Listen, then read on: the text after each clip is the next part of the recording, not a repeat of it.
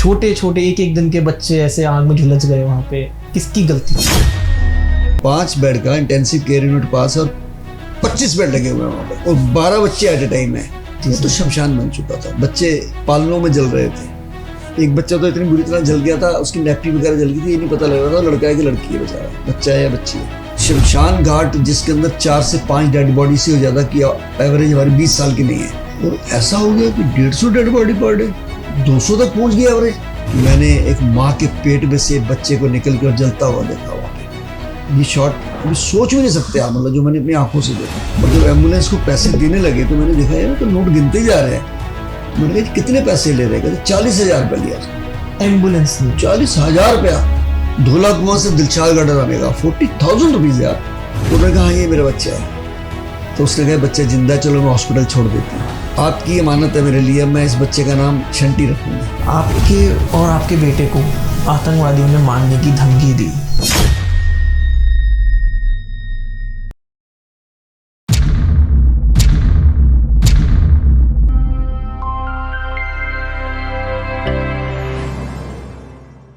आज का जो हमारा पॉडकास्ट होने वाला है वो एक ऐसे वॉरियर के साथ है जिन्होंने कोरोना टाइम से लेके आज तक और आगे भी सोशल सर्विस में हमारे साथ रहेंगे और हमें सपोर्ट करते रहेंगे, जिन्होंने इन्हें पद्म श्री भी कोरोना सर्विसेज के लिए मिला हुआ है।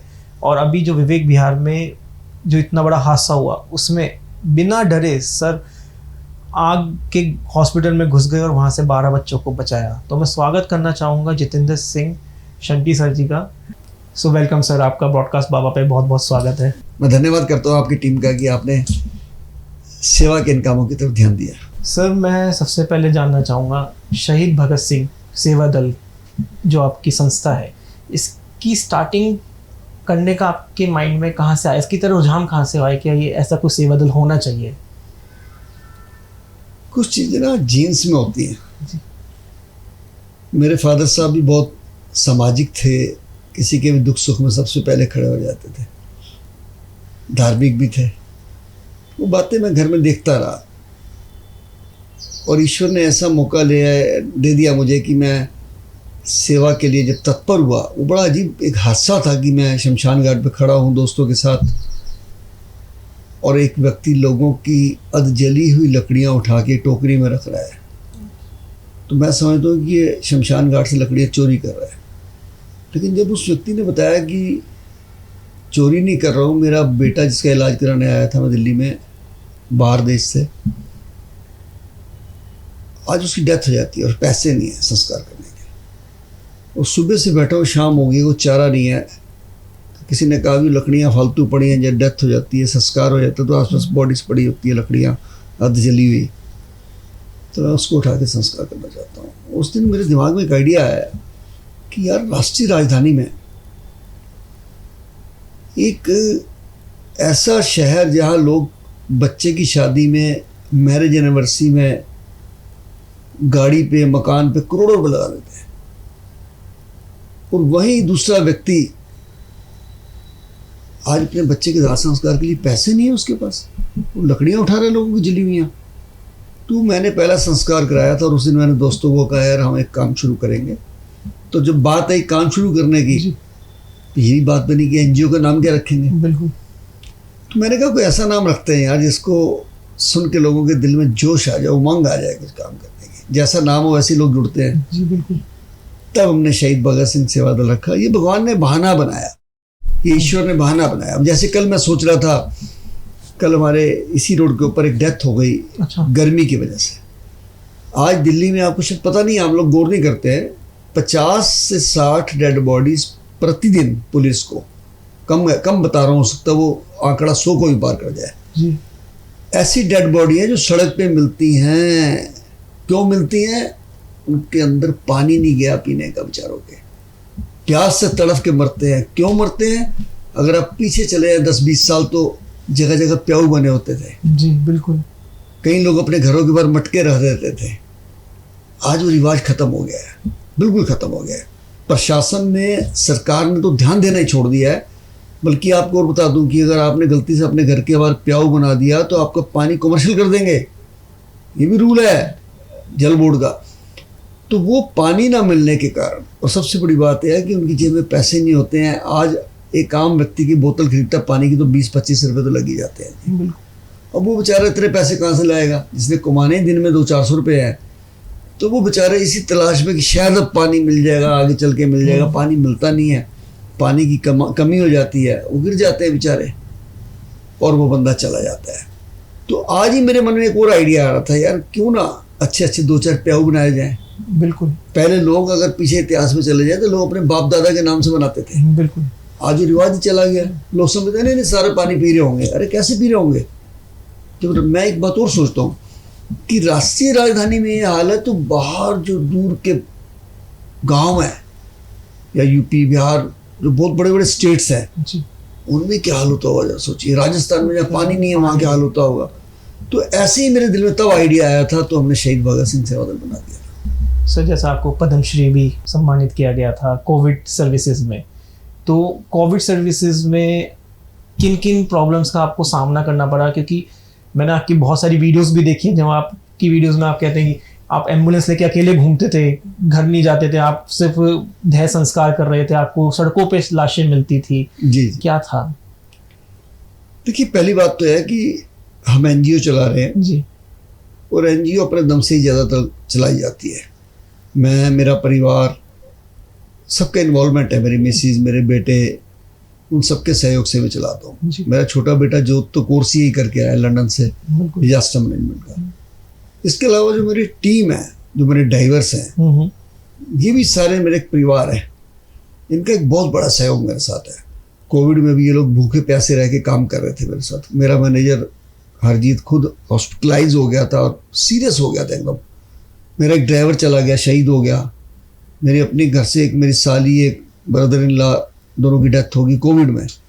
लेकिन प्रशासन की बात करें तो आज तक हमारी शहीद भगत सिंह सेवा दल को तकरीबन 95 में खोली हमने, तो आई थिंक 30 साल होने वाले हैं। जी जी। दिल्ली सरकार ने या भारत सरकार से हमें किसी प्रकार की मदद नहीं मिली। आई तो किसी प्रकार की मदद नहीं मिली। और कोविड में बजाय मदद मिलने के उल्टा हमने मदद करी है प्रशासन की, क्योंकि हमारे ईस्ट दिल्ली में शुरुआत देखी जाए तो हॉस्पिटल्स के पास, गवर्नमेंट के पास एम्बुलेंसेस नहीं थी, शव वाहन नहीं थे। तो वो हमारे को फ़ोन आता था कि शंटी जी गाड़ी भेज दीजिए। तो हम एक दिन में हॉस्पिटल से जो एवरेज थी हमारी बॉडीज उड़ाने 100 तक चली गई थी पर डे। यस, मतलब पहले वाले दौर में कम थी, लेकिन दूसरे दौर में तो पूछिए मत। बस हम एक बार में जो घरों से और हॉस्पिटल से बॉडीज लाते थे, तो एक गाड़ी के अंदर, एक एम्बुलेंस बड़ी वाली के अंदर 8 बॉडी भी ले आते थे हम, 8 बॉडी एट ए टाइम। क्योंकि बार बार चक्कर लगाने का समय नहीं था, इतनी गाड़ियाँ नहीं थी। फिर वहाँ बॉडीज अगर मोर्चरी से निकल आई तो रखने नहीं देते थे। सब चीज़ों को देखते हुए गलत काम कर रहे थे मुझे लगता है हम शायद, लेकिन वो ज़रूरी था उस समय। बजाय इससे कि बॉडी जल जाती, सड़ जाती, वहाँ खराब हो जाती, उससे अच्छा है कि हम ले ही आते हैं उसको, ला के संस्कार कर देते थे। तो हमें किसी प्रकार की कोई प्रशासनिक मदद कुछ भी नो। तो हॉस्पिटलों की व्यवस्था कैसी थी सर उस टाइम? पहले प्राइवेट हॉस्पिटल, गवर्नमेंट हॉस्पिटल, कहते हैं कि प्राइवेट हॉस्पिटल बेटर होते हैं, लेकिन उस टाइम तो मेरे ख्याल से प्राइवेट हॉस्पिटलों ने भी ज़्यादा सपोर्ट नहीं किया। देखिए गवर्नमेंट हॉस्पिटलों का तो हाल ये था, ना इनके पास स्ट्रेचर थे, अच्छा, ना व्हीलचेयर थी, बेड्स तो वैसे ही कम रहते हैं इनके पास। ये हालात बन चुके थे कि डेड बॉडी जहाँ पड़ी, अगर डेथ होगी तो कई बार तो 2-2 दिन बॉडी वहीं पड़ी रही। 25 वेंटिलेटर थे जीटीबी हॉस्पिटल में, ऑपरेटर एक भी नहीं था। सफाई कर्मचारी को भेजते थे कि जाओ ऑन कराइए, ऑफ कराइए। और डेथ हो गई तो फिर उठाने वाला कोई नहीं था। इनके पास पीपी किटें नहीं थी, ग्लव्स नहीं थे, मास्क नहीं थे, यहाँ तक कि कफन नहीं थे, मोर्चरी बैग नहीं थे इनके पास। ये हालात थे सरकारी हॉस्पिटल। यस, तैयार ही नहीं थे। इन्होंने कभी सोचा ही नहीं था कि ऐसा भी हो सकता है। इनकी तैयारी सब खुल गए भेद सब। उस समय बहुत बुरा हाल था। अगर किसी की डेथ हो गई है तो बॉडी वहाँ से मोर्चरी में रख दी, तो मोर्चरी में भर गई, बाहर तक पड़ी थी बॉडी मोर्चरी के, मोर्चरी अंदर भर गई। फिर इनको पोर्टेबल मोर्चरी मंगानी पड़ी, कंटेनर वाली। तो मुझे लगता है कि सरकारी हॉस्पिटल तो इसमें बहुत फेल हुआ है जी। अगर ऐसा नहीं था तो होम मिनिस्टर जी सड़क पे उतरे, उन्होंने मिलिट्री के हॉस्पिटल बनाए, तब जाके तो हालात संभले ना। बिल्कुल। सीधा डायरेक्ट ऊपर से देखा गया जाके, तब जाके बात चली। या तो सब कुछ फेल हो गया था दिल्ली में तो। बिल्कुल बिल्कुल। और प्राइवेट हॉस्पिटलों की बात करूं तो जो कहर उन्होंने ढाया, असल में 3 लोग मिल गए थे आपस में, हॉस्पिटल वाले, लैब वाले और इंश्योरेंस कंपनी वाले। अच्छा। बहुत स्कैंडल था ये, बहुत बड़ा। पहले दौर में इंश्योरेंस कंपनी वालों ने लोगों को पॉलिसीज बेची कि हमारे से 35-40 हज़ार में पॉलिसी ले लो, अगर कोरोना हो जाएगा तो 5 लाख तक फ्री देंगे हम आपको। अच्छा। बीमारी का इलाज जी।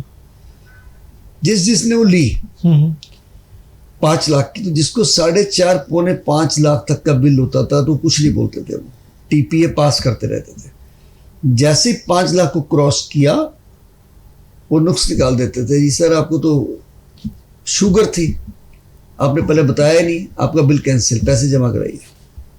अच्छा। ये हालात बन रहे हैं। मैंने अपनी आंखों से देखा, मैंने बच्चे छुड़ाए जाके, मैंने बहुत सीनियर सिटीजन छुड़वाए इस चक्कर में, उनकी गुंडागर्दी को देखते हुए।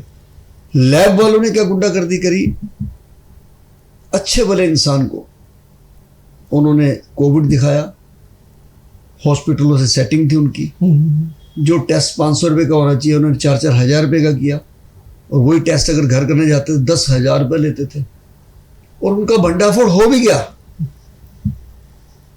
जब कुंभ का मेला लगा वहां 5 लाख टेस्ट दिखाए उन्होंने।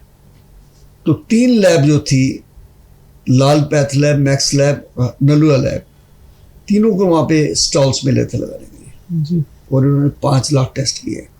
लेकिन पकड़े कैसे गए कि पंजाब के कुछ लोगों के पास SMS और व्हाट्सएप आने लगे कि आप जो आए थे कुंभ के मेले में, आपका पॉजिटिव निकल आया है या आपका नेगेटिव निकल आया है। उन्होंने कईयों ने देखा यार 100 मैसेज आ रहे हैं, हम तो कुंभ में गए ही नहीं।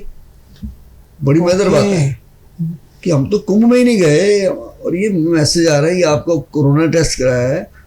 तब उन्होंने उत्तर प्रदेश सरकार में कंप्लेंट की, योगी जी ने उसके ऊपर खुद गौर किया, टीम बनाई, और उस टीम ने जो निचोड़ निकाला कि ये बहुत बड़ी चीटिंग हुई है, बिना टेस्ट के फर्जी एड्रेस भरे गए, करोड़ों रुपया सरकार से जब्त कर लिया गया, और उसके बाद इन लोगों को जेल हुई। फिर हॉस्पिटल पे आ जाए तो हॉस्पिटल ने तो कहर ही ढा दिया जी। इन्होंने तो 20-20 लाख के पैकेज बेचे, 20-20 लाख रुपए के, जैसी आसामी होती थी वैसा बेचते थे। और मौतें ज़्यादा होने का एक बहुत बड़ा कारण है दिल्ली में कि कोविड के अलावा सबको दाखिला देने से उससे मना कर दिया, चाहे वो किडनी का पेशेंट था, लीवर का पेशेंट था, हार्ट का पेशेंट था, ब्रेन का पेशेंट था,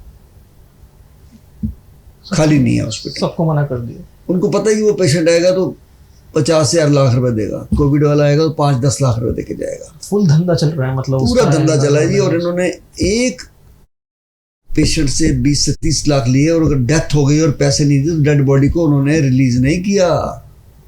अगर डेथ हो गई है उसकी तो डेड बॉडी तब देते थे, पूरे पैसे, 1-1 रुपया जब आ जाता है। तो मेरे पास तो ऐसा केस आया कि बाप अभी जिंदा है हॉस्पिटल में, माँ मर गई है, 17 लाख का बिल है, पैसे दो तो बॉडी ले जाओ।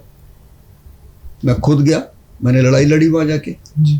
और मैंने उनको एक चार्टर दिखाया कि जो सुप्रीम कोर्ट में लगा हुआ है और नेशनल ह्यूमन राइट NHRC का एक रूल है कि आप डेड बॉडी को रोक नहीं सकते हैं। लेकिन सब मिले हुए थे आपस में। खैर मैंने जो मैं कर सकता था मैंने करा, मैंने डेड बॉडी उठवाई वहाँ से, और तकरीबन 100 के करीब डेड बॉडियाँ मैंने लोगों को दिलवाई। 11 FIR मेरे खिलाफ हुई है उस टाइम पे। यस हुई है। और जैसे ही बाद में मैं NHRC ने मुझे उनकी एक डिफेंडर्स एंड NGO की कोर ग्रुप है उसके मेंबर बनाया मुझे कि शंटी जी आपने काम किया तो आपको बनाते हैं। जैसे उनको पता लगा कि मैं NHRC में इन्वॉल्व हो गया हूँ, फट से उन्होंने अपने FIR वापस लेनी शुरू कर दी। उनको पता अब छोड़ेगा नहीं है। और मैंने एक ही हॉस्पिटल में जब रेड करवाई, मैंने क्या करवाई, मैंने तो कंप्लेंट ही करी थी, सरकार ने करी। एक हॉस्पिटल जिसकी 3 ब्रांच है, एक फरीदाबाद में, एक ईस्ट दिल्ली में, एक नोएडा में, एक दिन की जो कलेक्शन थी वो 4 करोड़ रुपए थी। 4 करोड़ रुपए, और सोना भी मिला। बताओ सोने का क्या मतलब हॉस्पिटल में, इसका मतलब पैसा कन्वर्ट किया गया है। कल ये हालात बन गए थे मतलब फार्मा वालों ने। मैं कहता हूँ जितने फार्मा वाले हैं, हॉस्पिटल वाले के तो 1 से 10 बन गए जी। मैं नाम बता सकता हूँ आपको, जिनके पास एक हॉस्पिटल चलाने के पैसे नहीं थे। 4 हॉस्पिटल बना लिया आज 10 हॉस्पिटल है उनके पास, मेरी टिप्स पे हैं। मैं अगर बताने पे आ जाऊं तो सरकार उनकी इंक्वायरी शुरू कर दे तो मुझे लगता है सारे जेल में होंगे वो। ये ईडी वाले, इनकम टैक्स वाले उनके घर ही बैठे रहेंगे हर समय। लेकिन मुझे लगता है कि पता सबको है, ये बात छुपी नहीं है किसी से। और उसके बाद जो फार्मा कंपनियां थी, दवाई वाले,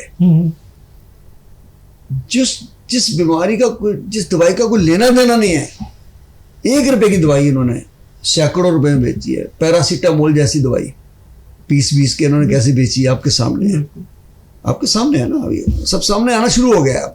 आप देख लीजिए, किसी फार्मा वाले को देख लेना जिसकी एक फैक्ट्री थी 4 हो गई है उसकी, उन्होंने आगे अब जमीनें लेनी शुरू कर दी हैं। मैं कहता हूँ सबके ऊपर एसआईटी बननी चाहिए इसके ऊपर, कि देश के ऊपर इतना भयानक समय आया कि गरीब आदमी तो अपनी पड़ोसी की मदद कर रहा था, प्रवासी जा रहे हैं, कोई उनको पानी पिला रहा था, कोई दूध पिला रहा था, कोई नाश्ता दे रहा था, और दूसरी तरफ ये लोग लुटखसुट करने में लगे हुए थे।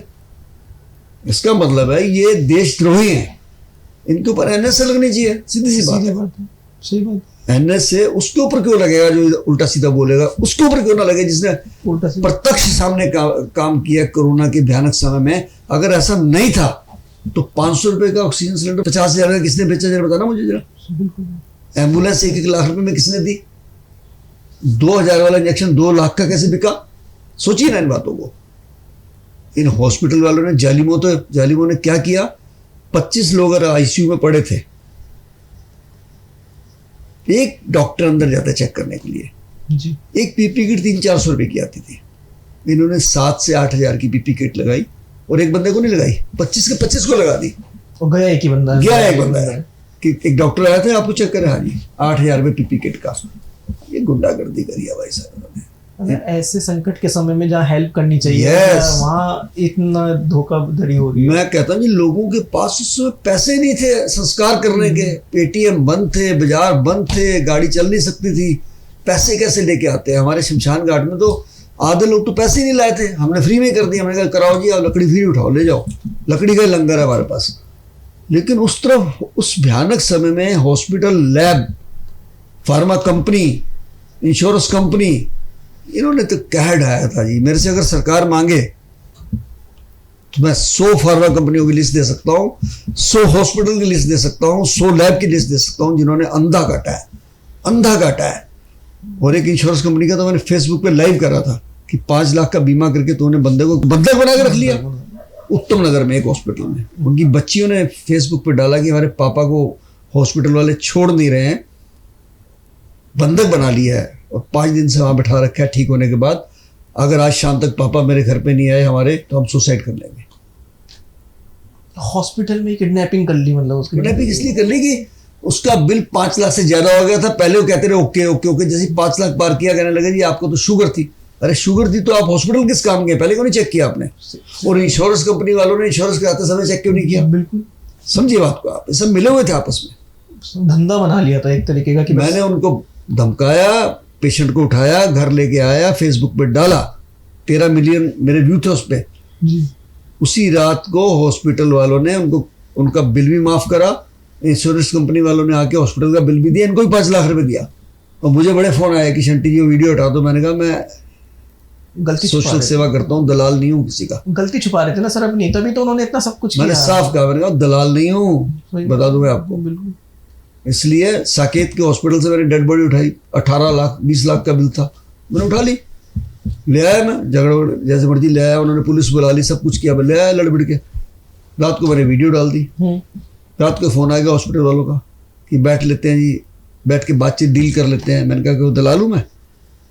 अब डल गई तो डल गई, आपने डेड बॉडी नहीं छोड़ी ना, आगे तो शिक्षा मिले आपको।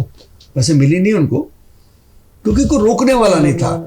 दिल्ली सरकार ने सारे हॉस्पिटल में नोडल ऑफिसर बिठाए थे, एक भी एफआईआर नहीं हुई दिल्ली में रजिस्टर्ड, एक भी एफआईआर नहीं हुई। ये छोटी बात है यार, बहुत बड़ी बात। तो ये गुंडागर्दी हुई थी उस समय। ये दिल्ली में हाल है, आगे क्या हाल होगा जरा सोचना। बाकी स्टेटों में छोटी स्टेट है, जहाँ तो कई जगह प्रशासन नाम की चीज ही नहीं होगी। बिल्कुल। जो दिल्ली में हमारे सामने हुआ, आंखों के सामने हुआ है भाई। राजधानी में ये काम हो रहे हैं तो बाहर तो क्या ही हो रहा होगा इस समय। एक बहन जी का मुझे फोन आया मिलिट्री हॉस्पिटल से कि मेरा जवान बेटा मर गया है, मेरे हस्बैंड भी हॉस्पिटलाइज है मैं भी हॉस्पिटलाइज हूँ। तो शंटी जी कैसे करें, आप बॉडी यहाँ से उठवा लें। तो संस्कार मुझे नंबर आपका अमेरिका से भेजा है किसी ने। मैंने कहा बहन जी मुझे ना 2 घंटे लग सकते हैं क्योंकि मेरे पास बहुत ज़्यादा रश था। उस दिन 160 डेड बॉडियाँ थी मेरे पास सीमापुरी शमशान घाट में। तो उन्होंने मुझे फ़ोन किया थोड़ी देर बाद कि मैं एम्बुलेंस यहाँ से हायर करके आ रही हूँ, आप संस्कार करा देना। तो जैसे ही आए मैंने कहा आप तो बैठ जाओ, आपको खुद को कोरोना है, पानी वानी पियो, पंखे के नीचे बैठो, मैं करा दूंगा संस्कार। तो कहने लगे ऐसा ठीक है मैं एम्बुलेंस को छोड़ दूँ। और जब एम्बुलेंस को पैसे देने लगे तो मैंने देखा यार तो नोट गिनते जा रहे हैं। तो मैंने कहा कितने पैसे ले रहे हैं? कहते 40,000 रुपया लिया उसने। एम्बुलेंस ने 40,000 रुपया धोला कुआं से दिलशाद गार्डन आने का, 40,000 रुपीज़ यार। मैंने उनको एम्बुलेंस वाले को बुलाया, मैंने कहा मेरी अपनी मालिक से बात कराइए। तो कहने लगा उसका मालिक सर आपको पता है कितनी शॉर्टेज है, एम्बुलेंस तो मिल ही नहीं रही है, एम्बुलेंस बंद हो गई है। मैंने कहा थाने बंद नहीं हुए हैं, तेरे को जेल में डलवाऊंगा अब मैं, तेरी गाड़ी वापस नहीं आएगी अभी। ये समझ ले गाड़ी तेरी बंधक होगी, आज ही अभी अरेस्ट कराऊंगा 2 मिनट के अंदर में। आप बिलीव करेंगे 4,000 में फैसला हुआ। मतलब ये गुंडागर्दी हो रही थी साली, इससे ज्यादा भयानक समय और क्या? बिल्कुल, मतलब इंसानियत ही इंसान को खा रहा है। मतलब मैंने बहुत करीब से देखा है, मैंने इस गुंडागर्दी को बहुत करीब से देखा है। ऐसा कोई वाक्य सर जो आपको अंदर से झंझोड़ दिया हो, मतलब कोरोना टाइम? सच बताऊं तो सारा दिन ही ऐसे हादसे एक से एक बढ़ गए। मतलब शमशान घाट जिसके अंदर 4 से 5 डेड बॉडी से हो ज्यादा की एवरेज हमारी 20 साल की नहीं है। वो 2002 से हमारे पास ही है जी, सेवा करते हैं हम। और ऐसा हो गया कि 150 डेड बॉडी पर डे, 200 तक पहुंच गया एवरेज। लेकिन उसमें से भी कई हादसे ऐसे थे, जैसे मेरे एक जानकार थे इधर ईस्ट दिल्ली में, फ़ोन आया कि मदर की डेथ होगी, हम सब कोविड में हैं। अच्छा। तो मैंने कहा जी आप टेंशन ना लो, मैं आता हूँ। मैं खुद गया उनके घर पे, उनके घर जाके मैंने माता जी की बॉडी को सैनिटाइज किया, पैक करा और मैं डेड बॉडी लेके चला गया। 2 दिन बाद मुझे फ़ोन आता है कि पापा जी की भी डेथ हो गई है, आफ्टर 2 डेज। फिर पापा जी का संस्कार कराया और चौथे दिन 5वें दिन फिर फ़ोन आता है कि मेरे भाई की भी डेथ होगी। मतलब एक घर में से 3 लाशें। आप सोचिए भी ऐसा कहर का समय आया कि कभी तो उनके घर में 50 साल में एक डेथ नहीं हुई होगी, और कहाँ 1 हफ्ते के अंदर 3 परिवार से लोग चले गए। मतलब ऐसा भी हादसा दिखा मैंने, मतलब जिसने मेरे दिल को हिला दिया कि एक प्रेग्नेंट बहन थी हमारी जिसका कोरोना में डेथ हो गई। अब वो डिलीवरी उसकी होने ही वाली थी, मतलब समझ लीजिए कि 2-4 दिन का समय होगा। किसी हॉस्पिटल ने जगह नहीं दी उसको। बड़ी मज़ेदार बात है कि उसकी रजिस्ट्रेशन भी हुई पड़ी थी राजीव गांधी हॉस्पिटल में। उन्होंने कहा जी नहीं हम सिर्फ कोरोना के लोगों को ले रहे हैं, और उस बहन की घर में डेथ हो गई, जबकि उसको कोविड भी नहीं था। क्यों हो गई आई डोंट नो, पेन्स के साथ हो गई, कैसे हो गई, जो भी हुआ है, या हुआ भी हो कोविड तो मैं उनको ना टेस्ट कराया तो कुछ बहुत बड़ी बात नहीं है। लेकिन जो स्थिति मैंने देखी वहाँ पे कि जब उस बहन को लाए हम और हम संस्कार करने लगे थे, और जैसे ही संस्कार किया उसका पेट फट गया और छोटा सा बच्चा बाहर आ गया। वो हादसा देख के तो मेरा दिल दहल गया जी कि यार ये क्या हो रहा है हमारे देश के अंदर, कि हम क्या देख रहे हैं जो कभी सुना भी नहीं था। फिल्मों में देखते थे कि ऐसे ऐसे हादसे भी होते हैं, लेकिन मैं समझता हूँ कि इससे बड़ा भयानक समय कभी नहीं आ सकता मेरे जीवन में कि मैंने एक माँ के पेट में से बच्चे को निकल के और जलता हुआ देखा वहाँ पे। ये शॉट कभी सोच भी नहीं सकते आप, मतलब जो मैंने अपनी आंखों से देखा है। आप तो बता रहे हैं, मैं तो मतलब इस चीज़ को सुन रहा हूँ तब मेरे रोंगटे खड़े हो जाते हैं। आपने तो फेस की है सारी चीज़ें, बहुत कुछ फेस किया जी। उस टाइम पे सर बहुत सारी खबरें भी आती थी कि कुछ लोग जिंदा हैं, उनको भी मृत्यु घोषित कर दिया गया हॉस्पिटल के थ्रू। तो ये सच्चाई थी या झूठ था, या प्रोपोगंडा खड़ा करा जा रहा था हॉस्पिटलों के थ्रू? ऐसा नहीं था। ऐसा था कि जब बड़े हॉस्पिटल्स में जहाँ 50-50, 100-100 पेशेंट अंदर पड़े हैं जी, डॉक्टर्स कई जगह अंदर जाते ही नहीं थे, कर्मचारियों को भेजते थे, देख के आओ पेशेंट की क्या हाल है, कहता जिसके अंदर तो कुछ नहीं है। तो घर वालों कहते थे ले जाओ आके। जब वो लेके आए तो पता लगा वो जिंदा है।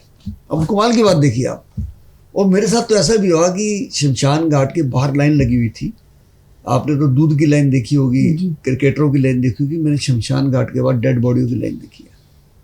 50, 60, 70, 80, 90 नंबर तक आ जाता। 4 लोग भी नहीं दिखाई देते थे कभी। वेटिंग में चल रहा है। तो 2 व्यक्ति आए मेरे पास, कहते जी हमारे पापा की डेथ हो गई है और हम तो टूट गए हैं जी। पहले अस्पताल में बुरा हाल हो गया जी, फिर मॉर्चरी में जी, फिर एम्बुलेंस नहीं मिली, अब कैसे तैसे हम यहाँ लाए हैं। आपकी एम्बुलेंस मिल गई थी शहीद भगत सिंह सेवा दल की, और हम वो किसी और को ला रही थी, हम भी साथ रख के ले आए। और यहाँ नंबर देख के तो हमारे बस का नहीं है जी कि हमें कल तक बैठे रहे। तो आपसे विनती ये है कि आप संस्कार करा देना, हमारे से अंडरटेकिंग ले लो। मैंने उनसे अंडरटेकिंग ले ली, मैंने बॉडी रख ली। अब मज़ेदार बात यह है कि जब संस्कार कराने लगे तो संस्कार कराने वाले मेरे लड़कों ने बताया कि सर हम संस्कार कराने लगे थे, वो तो महिला की डेड बॉडी है, पुरुष की है ही नहीं। अब देखो यहाँ मुझे थोड़ा कॉमन सेंस क्या था मेरा कि या तो मैं उनको दोबारा बुलाता, फिर बॉडी उठवाता, फिर वो जीटीबी जाते या जिस भी हॉस्पिटल से लाए लाते।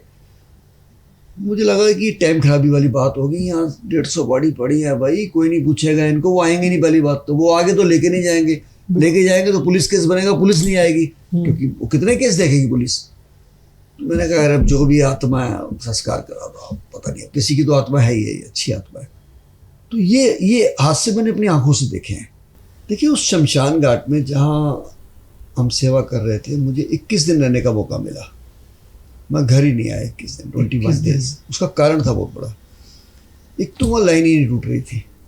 मुझे लगता था यार ये बेचारे जो काम कर रहे हैं, हमारे कर्मी वहाँ पे सेवा कर रहे हैं, 3-3 दिन से सोए नहीं है, तो गलती ना हो जाए इनसे, या ऐसा ना हो कि लोग बेचारे भटकते ना रहें या विद्रोह ना कर दें कि यार क्या हो रहा है यहाँ पे। दूसरी बात है कि मैं जहाँ रहता था, मेरे आसपास सारे जो परिवार थे, घर थे, मेरे अपने जानकार थे। मुझे ये भी डर रहता था कि मैं घर जाऊँगा तो उनको महसूस होगा कि ये इन्फेक्शन फैला रहे हैं यहाँ के, तो मैं नहीं आता था जी। मैं शमशान घाट नहीं, मैं अपनी एम्बुलेंस में सीट पीछे करके घंटा 2 घंटे का भी लेट गए, वो मौका भी नहीं आता था। आंखें भर जाती थी और सारा दिन की धुएं में रहते थे हम जी, बिल्कुल। और बल्कि एक दिन तो सुबह क्या हुआ कि एक सज्जन 4 लोग आए डेड बॉडी लेके, अपनी वाइफ के आए थे वो लेके। अब 8 बजे अंदर घुसे तो लाइन लंबी थी, तो उन्होंने सोचा नंबर पता नहीं कब आएगा। वो सारा दिन आए नहीं और शाम को 8 बजे आके करीब आते हैं, मुझे कहते हैं जी मेरी मिसेज की बॉडी यहाँ पड़ी थी, कोई ले गया। मैंने कहा बॉडी कौन लेके जाएगा, ऐसे बॉडी तो ले जा नहीं सकता। तो मैंने कहा लाए भी थे कि बॉडी के, नहीं कहते लाए थे। उन्होंने कागज दिखाए मुझे। मैंने कहा आपने लकड़ी की पर्ची कटाई, कहते नहीं पर्ची तो नहीं कटाई। तो मैंने कहा भैया बॉडी छोड़ के चले कहाँ गए। कर जी ऐसे ही, हमने कहा कुछ खा पी आएंगे और करते, फिर नींद लग गई मेरे को, सो गया मैं, थका हुआ था, ये हुआ। तो हमारे लिए बहुत बड़ी टेंशन की बात होगी, डेड बॉडी कहाँ गई वो। बिल्कुल। तो फिर हमने CCTV कैमरे चेक कराए, तो उसमें ये निकल के आया कि जो हमारे ही कर्मी थे वो हर थोड़ी देर बाद आते, कुछ बॉडी वो ले आते, 5 फिर 10, तो वो ले जाके संस्कार कर दिया। मतलब वहाँ रखी थी तो वो ले गए संस्कार कर दिया। लेकिन अब आप 2 बातें आती है इसमें कि एक तो उनकी लापरवाही कि डेड बॉडी को छोड़ के चले जाना है ऐसे, जहाँ इतनी भीड़ लग रही हो डेड बॉडीज की। दूसरा, अगर हम संस्कार नहीं करते और बॉडी कहीं, वैसे तो कोई ले जा नहीं रहा था कोविड बॉडी, लेकिन अगर ऐसा हो जाता तो हमारे लिए बहुत बड़ी टेंशन क्रिएट हो जाती। और हमारे पास ये भी रिकॉर्ड है कि 10 से 15 डेड बॉडी प्रतिदिन लोग बाहर ऐसे ही रख जाते थे, इनका कोई वली वारस नहीं, कुछ बता नहीं रहे, बस रख गए, नाज रख जाते थे। लेकिन उसमें को स्लिप लगी होती थी, वो किस हॉस्पिटल से आई है, क्योंकि मॉर्चरी से आती थी सारी बॉडियाँ कोविड की। उसको हम पढ़ के नाम देख लेते थे, हॉस्पिटल का नाम देख लेते थे, कईयों पे उनका फ़ोन नंबर भी होता था। तो हम फ़ोन करते थे कईयों को, तो वो कहते थे जी हमारे में हिम्मत नहीं है, आप ही करा लो, हम नहीं आ सकते आप। ये सारे शॉट्स देखते देखते पर हमारा दिल जो है पक गया एकदम और टूट गया एकदम, जिसे कहते हैं ज़िंदगी का एक अजीब एक्सपीरियंस रहा। अभी हाल ही में ही बेबी केयर सेंटर में जो आग लगी विवेक विहार में, आप वहाँ पे देव दत्त बन के आप अंदर ही चले गए फायर में, आप आग में ही कूद गए, 12 बच्चों को आपने बचाना चाहा। ये पूरा वाकया क्या हुआ, कैसे हुआ, किसकी लापरवाही की वजह से ये हुआ कि छोटे छोटे 1-1 दिन के बच्चे ऐसे आग में झुलस गए वहाँ पे? किसकी गलती थी इसमें सबसे ज़्यादा, और क्या प्रशासन की गलती थी? आज एक एम्बुलेंस हमने रजिस्टर्ड करानी होती है ना, हमारे हाथ में एक लिस्ट दी जाती है कि 104 आइटमें पूरी करो, एम्बुलेंस में ये भी होना चाहिए, ये भी होना चाहिए, ऑक्सीजन भी, फलाना ये वो सब। तब एम्बुलेंस रजिस्टर्ड होती है। कई बार 1-1 साल नहीं होती रजिस्टर्ड। मेरे पास खड़ी है एम्बुलेंस जो रजिस्टर्ड नहीं हुई है आज तक, 2-2 साल में नहीं हुई है। हॉस्पिटल कैसे रजिस्टर्ड हो गया इनका? एक 150-125 गज के मकान के अंदर फर्स्ट फ्लोर पे, जिसमें जाने की सीढ़ियाँ भी नहीं है, गोल लोहे की सीढ़ी लगाई हुई है, 5 बेड का इंटेंसिव केयर यूनिट पास और 25 बेड लगे हुए हैं वहाँ पे, और 12 बच्चे एट ए टाइम है, और 30 ऑक्सीजन के सिलेंडर नीचे पड़े हैं बड़े वाले। जो ये आग लगी है ऑक्सीजन सिलेंडर से लगी है। एक हमारे घर में जो रोटी वाला सिलेंडर है उसका जो प्रेशर है 3 kg का होता है, ऑक्सीजन सिलेंडर में प्रेशर 150 kg का होता है। ये मिसाइल की तरह जाएगा या फटेगा तो। और वही बात ही फटा, और जैसे ही फटा आग लगी, हॉस्पिटल वाले भाग गए। 2 नर्सें बाद में दूसरे हॉस्पिटल में आई। अब उसमें सबसे बड़ा जो रोल रहा वो वहाँ के निवासियों का रहा, क्षेत्र के निवासियों का, क्योंकि हमारा घर 500 मीटर पे, यहाँ मैं, ज्योत, मेरा बेटा, हमारे 3 ड्राइवर, एम्बुलेंस सब पहुँच गई वहाँ पर फटाफट। तो आगे पुलिस वाले अपना काम कर रहे थे, लोगों को हटाना, ये करना, बैरिकेटिंग करना। फायर ब्रिगेड वाले बुझाने में लगे थे। हमारा काम क्या था कि लोगों को हॉस्पिटल ले जाना। करेक्ट। तो मैंने पूछा कि रास्ता कौन सा जाने का, तो कहने लगे जी नहीं आगे से नहीं जा सकते हो, आगे तो लपटें साली 30-30, 40-40 फुट की थी, और साथ के 2 घरों में भी आग लगी थी। तो मेरे दिमाग में, क्योंकि मैं उसी क्षेत्र का पैदा हुआ, वहीं रहा हूँ, तो भूगोल पता है मुझे वहाँ का। मुझे याद आया कि पीछे भी एक रास्ता है गली में, तो फटाफट हम सारी एम्बुलेंस से लेके पीछे पहुँच गए। जब हम पीछे पहुँचे तो ऑलरेडी वहाँ के बच्चे कुछ हमारे, उनके, क्योंकि शीशे तो ऑलरेडी फटने शुरू हो गए थे आग से ही, कुछ तोड़ने पड़े। तो लोग सीढ़ियाँ ले आए, 2 सीढ़ियाँ। मेरे जाने तक अंदर 3-4 बंदे घुस चुके थे, पीछे के रास्ते हमारे एरिया के बच्चे थे वो। और उन्होंने एक एक करके 2-3 बच्चे बाहर पकड़ा भी दिए थे। तो हमारे वहीं के रहने वाले निवासी हैं जो दोस्त, उन बच्चों को लेके करके हॉस्पिटल ले जाने लगे। इतने में मैं भी पहुंच गया, मेरा बेटा जो भी पहुंच गया, तो मैं तो ऊपर चढ़ गया सीधा। ऊपर चढ़ के मैंने भी उस काम में अपना हाथ बटाना शुरू कर दिया। लेकिन अंदर इतना भयानक धुआं था कि मुझे लगा कि मैं यहाँ 2 या 3 मिनट से ज़्यादा नहीं रुक पाऊंगा, क्योंकि सारा कार्बन डाइऑक्साइड था। तो मैंने किसी को रिक्वेस्ट की कि मुझे गीला तौलिया चाहिए फटाफट। उन्होंने गीला तौलिया दिया, मैंने नाक पे बांध दिया उसको। मुझे पता था नहीं तो बेहोश हो जाऊंगा मैं अंदर, और जो बेहोश हो गया वो गया, कार्बन डाइऑक्साइड इसके अंदर चलेगी, वो नहीं बचता है। तो बस ईश्वर ने शक्ति दी जी।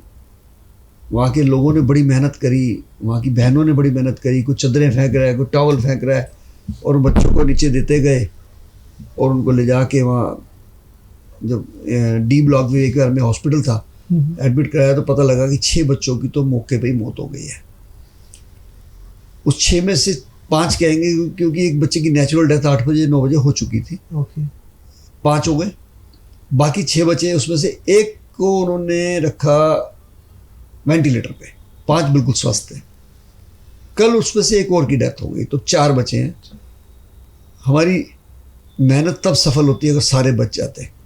लेकिन चलो, जिनको बचा दिया ईश्वर ने, मैं कहता हूँ ये बहुत बड़ी बात है। लेकिन मुझे इस बात की खुशी हुई कि जब एक माँ अपने बच्चे को लेने आई, जिसका बच्चा अगले दिन उसे पता लगा। ये बहुत बड़ी लापरवाही है हॉस्पिटल की कि 12 घंटे तक उन्होंने बताया तक नहीं उनको, किसी को, कि आपके बच्चे मर गए हैं। सबके पास फ़ोन नंबर थे।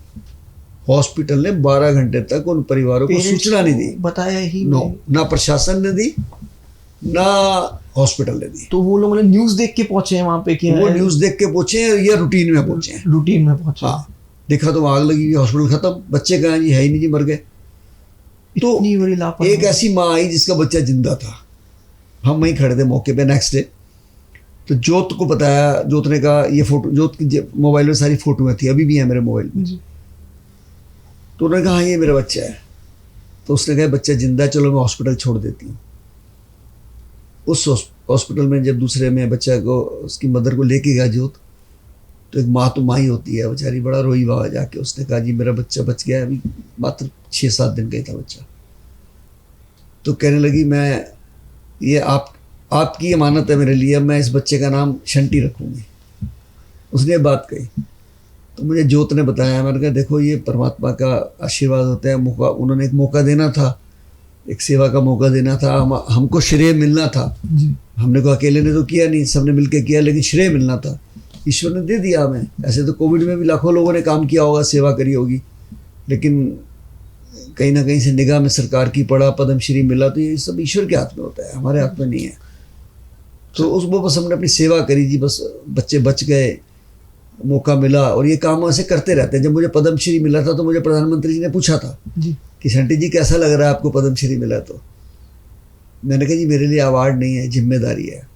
जब भी कभी देश के लिए कोई भी ऐसी आपदा आएगी, जितेंद्र सिंह शंटी खड़ा मिलेगा आपको।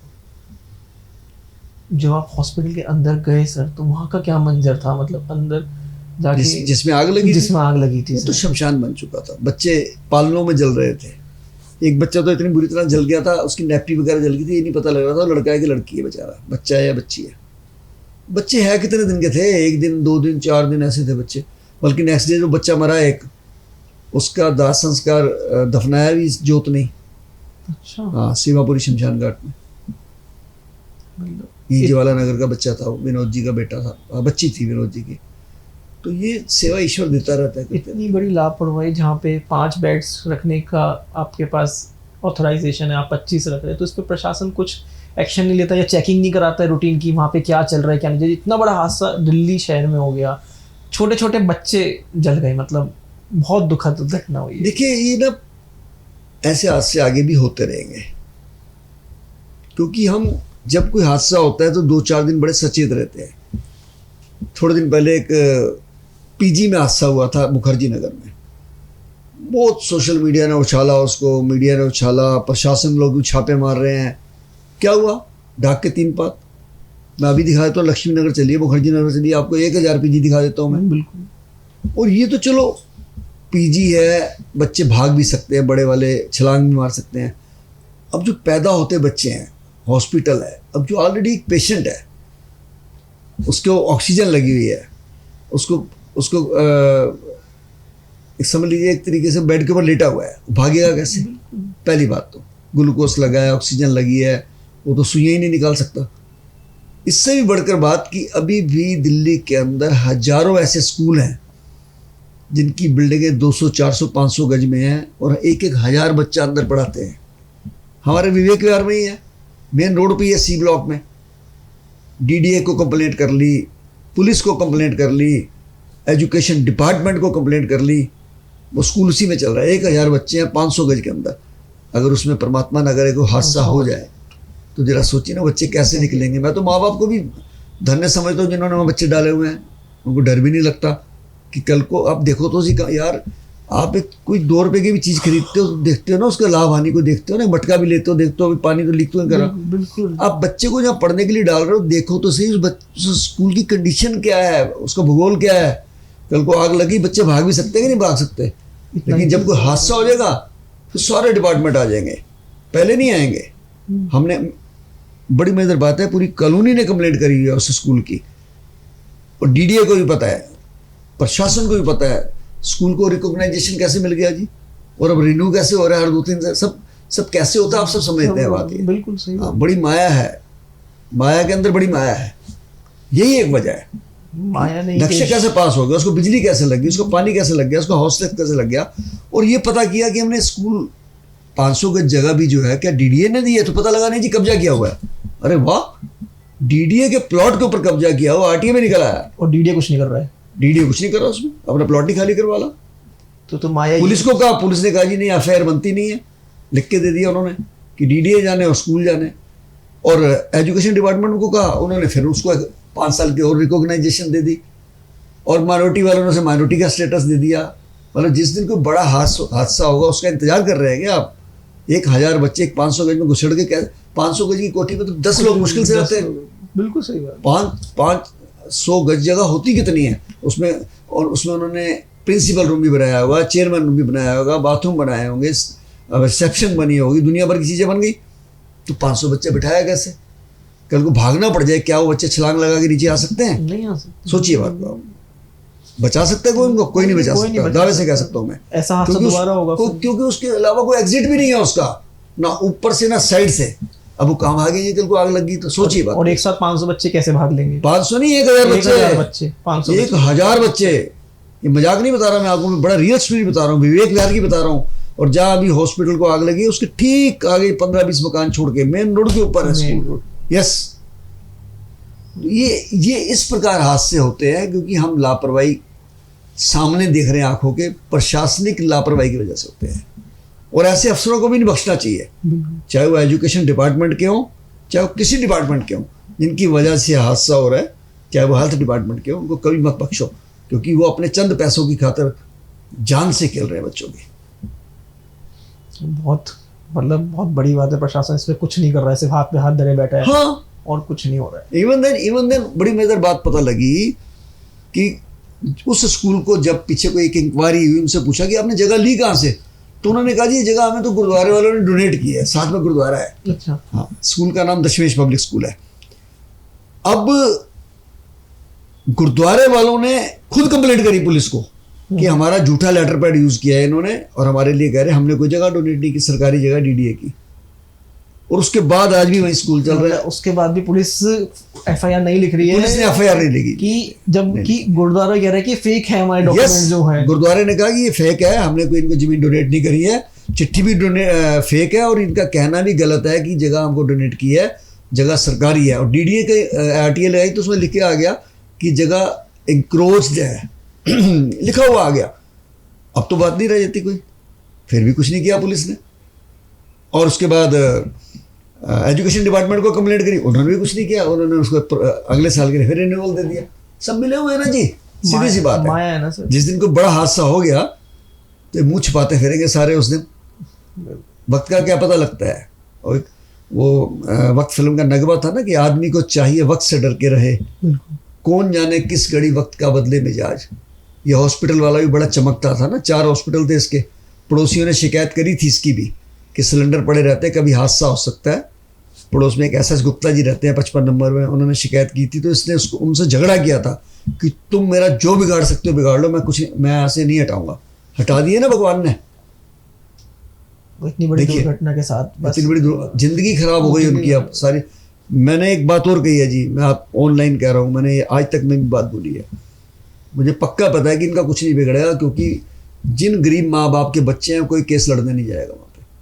अब मेरे जैसे बंदे को पार्टी बनाइए, मेरी तरफ से डालिए केस, सारी ज़िंदगी केस वापस ले लूँगा और वो बाहर नहीं आ सकेगा सारी ज़िंदगी, ताकि लोगों को शिक्षा मिले। 304A में क्या होता है, 302 लगाओ ना, जिन घरों के 8 चिराग बुझे हैं उनके लिए इतना भी नहीं कर सकते आप, लगाइए ना 302, क्या दिक्कत है। हाँ, ये किसी करोड़पति के बच्चे होते, आपने देखा नहीं अभी क्या हुआ है, अभी आपने देखा नहीं, 3 लाख रुपए लेके उसका ब्लड सैंपल ही चेंज कर दिया गया। अगर एक करोड़पति के बच्चे होते तो बहुत कुछ होता है इनके लिए। ये गरीब के बच्चे हैं इसलिए कुछ नहीं हुआ है। सर थोड़ा सा आपके बचपन के बारे में बात करेंगे सर। अभी आप इतने सोशल वर्क में इतना आप हैं, आपका बचपन कैसा था? बचपन में भी आपको ये सब चीज़ें पसंद थी, सोशल वर्क करना, या आपका एकदम रुझान चेंज हुआ? ये मेरा बचपन में असल में जो मेरी शैतानियों की उम्र थी जी वो जिम्मेवारी में बदल गई थी। अच्छा। मैं 10th कर रहा था तो मेरे पापा की डेथ हो गई थी। ओके। तो बहुत बिजनेस सेटल नहीं था, तो मुझे बिजनेस सेटल करने के लिए बहुत मेहनत करनी पड़ी। मतलब बहुत ज़्यादा पैसे नहीं होते थे। ट्रक की छत पे बैठ के मैं सामान बेचने जाता था अपने ये कानपुर वगैरह इधर यूपी में। छोटी सी मोटर पार्ट की दुकान थी मेरी बॉर्डर पे, क्योंकि जो एक्चुअल ट्रांसपोर्ट थी मेरे फादर की, जो अच्छा बिजनेस था वो मेरे भाई ने समेट लिया सारा। ओके। और मेरे हवाले एक छोटी सी दुकान थी 10 बाय 10 की, उसी से मैं अपना काम चलाता था। लेकिन मेहनत कभी बेकार नहीं जाती है, डेडिकेशन कभी बेकार नहीं जाती है, सेक्रीफाइस कभी बेकार नहीं जाता है। मैंने तो पटरी से खरीद के 30 या 40 रुपए का कोट भी पुराना पहन के खरीदा हुआ है, मैंने उस समय भी देखा हुआ है। तो मैंने पहले वो काम किया, उसके बाद मेरे दिमाग में कुछ काम चेंज करने का आया, फिर मैंने कारों के सेल परचेज का काम शुरू किया। कोई शॉप नहीं थी, मैंने पटरी पे बैठना शुरू कर दिया, कार बाजार लगा दिया, और वो बहुत चला, इतना चला कि मतलब एक दिल्ली में पुरानी कारों में मेरा नाम हो गया। ईश्वर ने मुझे बहुत कुछ दिया, और उसी के साथ साथ थोड़ा बहुत सेवा करता रहता था। 95 में ये ट्रेंड भी आ गया सेवा वाला भी। जी। और उसके बाद 2004 में मेरे दोस्तों ने कहा कि आप इंडिपेंडेंट इलेक्शन में खड़े हो जाओ। मैं खड़ा हो गया, मैं जीत गया, कॉर्पोरेटर बन गया। फिर 2012 में फिर मैं कॉर्पोरेटर बना। फिर 2013 दिसंबर या 14 जनवरी में मुझे एमएलए में खड़ा कर दिया गया, मैं उसमें भी जीत गया जी। तो ये सारी चीज़ें बनती चलेगी। मतलब एक गरीब परिवार का बच्चा, मैं एमसीडी के प्राइमरी स्कूल में पढ़ा हूँ जी, टेंट वाले स्कूल में 10 पैसे 9 पैसे फीस होती थी। फिर झिलमिल के government boys senior secondary school में पढ़ा हूँ मैं वहाँ पे, जहाँ वहाँ भी 9 पैसे फीस होती थी। लेकिन मुझे आज अपने ऊपर तो मान होता ही है, अपने माँ के ऊपर, पिताजी के ऊपर बहुत मुझे मान होता है कि उन्होंने मुझे जन्म दिया अपने घर में। और मुझे मेरी माँ बहुत, जिसे कहते हैं, असूल वाली थी। जब मैंने शहीद भगत सिंह सेवा दल शुरू किया तो उन्होंने 3 बातें कही थी कि बेटा अब काम शुरू किया है ना, सेवा का बंद मत करियो। और जब भी रात के 2-4 बजे हो कोई फ़ोन करे या घर पे आ जाए, उसे ना मत करियो। और तीसरी बात कही थी उन्होंने कि कभी गुमान मत करियो, प्राउड मत करियो कि तू कर रहा है, तू नहीं कर रहा हो, परमात्मा करा रहा है तेरे से, चुना उसने तेरे को इस काम के लिए। तो बस मैं वो करते करते जी, कभी सोचा नहीं था कि इतना बड़ा कोरोना भी आ जाएगा और हमें जीरो से हीरो बना देंगे, और महेश भट्ट जैसी शख्सियत मेरा सीरियल बना देगी, और बॉलीवुड अब मूवी बनाने की तैयारी कर रहा है जिसका नाम सिंह सूरमा रखा है उन्होंने। तो ये सब परमात्मा करा रहा है जी, मैं नहीं कर रहा। मेरे बच्चे भी अच्छे निकले दोनों, वो मेरी लाइन को समझते हैं, उनको भी समझ आया कि नहीं, इस काम से, सामाजिक काम से पापा को नाम मिला है तो हमको सामाजिक रहना है। क्योंकि छोटी उम्र के बच्चे कई बार बिगड़ भी जाते हैं जी, लेकिन हालात बहुत कुछ सिखाता है जी। तो जिस स्कूलों में मैं पढ़ा हूँ, चाहे वो MCD स्कूल है, चाहे government boys senior secondary school है, उस स्कूल के अंदर मेरे पोस्टर लगे हुए हैं कि हमारे स्कूल के पढ़े हुए बच्चे को पद्मश्री मिला। तो जहाँ उनको गुमान होता है, मुझे भी फ़ख्र होता है कि मैं भी बात करने वाला हूँ। सर आपको मिला तो उससे हमें फ़ख्र होता है कि आपने इतनी सेवा करके इतने बेसहारा लोगों को इतना, मतलब उनको तसल्ली दी कि मैं हूँ, अगर तुम नहीं कर सकते तो मैं करूँगा। आपके और आपके बेटे को आतंकवादियों ने मारने की धमकी दी, ये क्या, मतलब क्या वाक़या था, किस चीज़? असल में क्या है कि देखिए, जो जिस देश का हमने नमक खाया है जी, और जिस मिट्टी में पैदा हुए हैं, हमें उस देश के लिए वफादार रहना चाहिए हमेशा। बिल्कुल।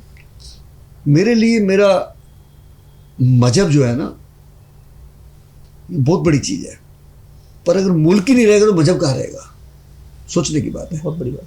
आज अगर मुल्क के ऊपर विपत्ता आ जाए तो आप ये तो ना कहते रहेंगे मैं फला धर्म से, मैं फला धर्म से हूँ, तो जब मुल्क ही ख़त्म हो जाएगा।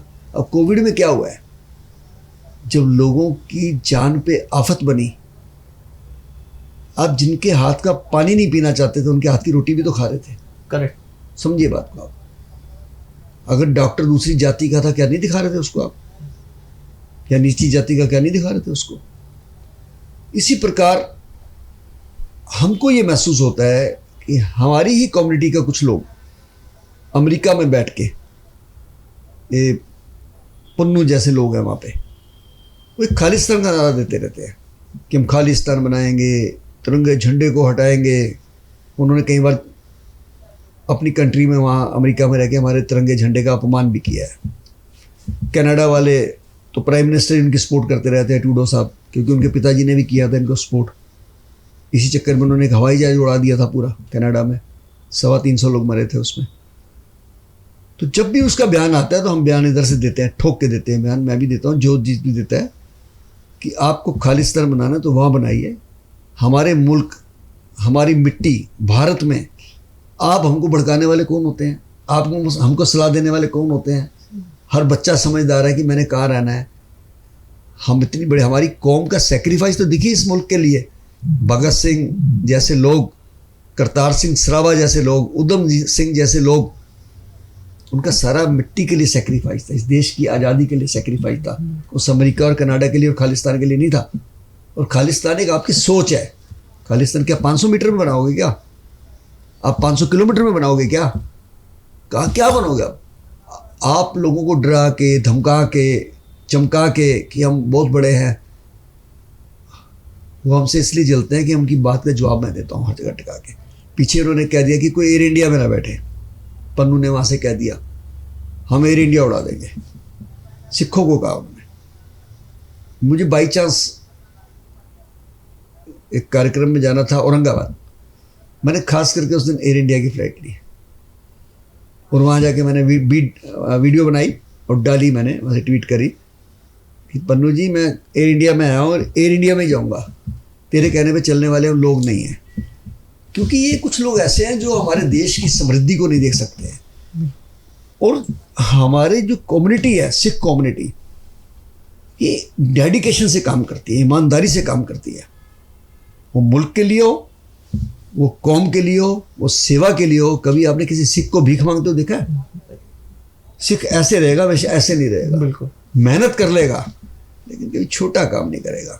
तो इसलिए हम उनकी खिलाफत करते हैं, वो हमको धमकियां देते हैं।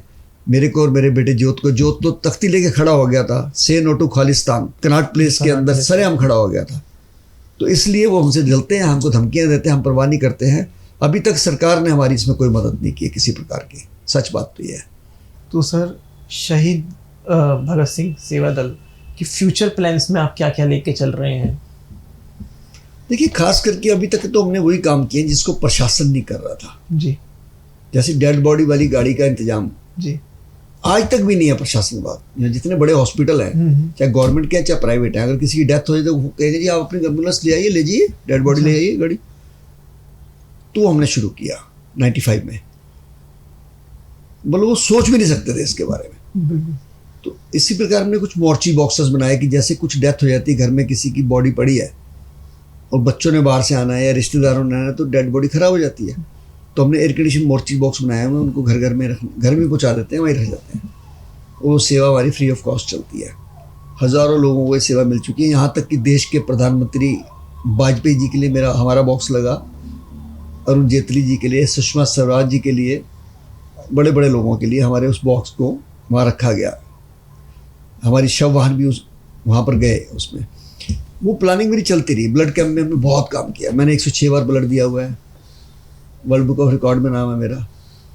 आगे के मेरा फ्यूचर ये है कि डिजास्टर में हम प्रिपेयर नहीं है कहीं भी। देश में जिस प्रकार से डिजास्टर पे काम होना चाहिए, कोविड में दिख गया कि हम कहीं नहीं खड़े, लेकिन कोविड को बीते हुए 3 साल हो गए, आज भी वहीं खड़े हैं। करेक्ट, ठीक है। ऐसा नहीं कि हमने बहुत तरक्की कर लिया है इसमें और बहुत आगे, नो, बिल्कुल नहीं किया है। तो मैं अपने सभी साथियों के साथ मिलकर चाहता हूं कि देश के कोने कोने में हम लोगों को जाके तैयार करें और शहीद भगत सिंह सेवा दल की ब्रांच देश के कोने कोने में खोलें और वहाँ के लोगों को तैयार करके, जो खास करके सेवादार लोग हैं, जो सेवा करना चाहते हैं, उनके पास साधन नहीं है या साधन है उनको तरीका नहीं आता करने का, तो हम उनको सारा मैनेज करके देंगे, प्रिपेयर करके देंगे और उसको हैंडल करेंगे, ताकि देश के किसी भी कोने में कोई भी ऐसा शख्स एम्बुलेंस की वजह से ना रह जाए कि जिसकी डेथ होगी, एम्बुलेंस नहीं मिली, या कोई लाश लेके बैठा है और डेड बॉडी ले जाने के लिए साधन नहीं मिला। इन चीज़ों के लिए तो कम से कम हमारा एक नैतिक हक बनता है जी, क्योंकि नहीं तो लोग ब्लैकमेल करते हैं।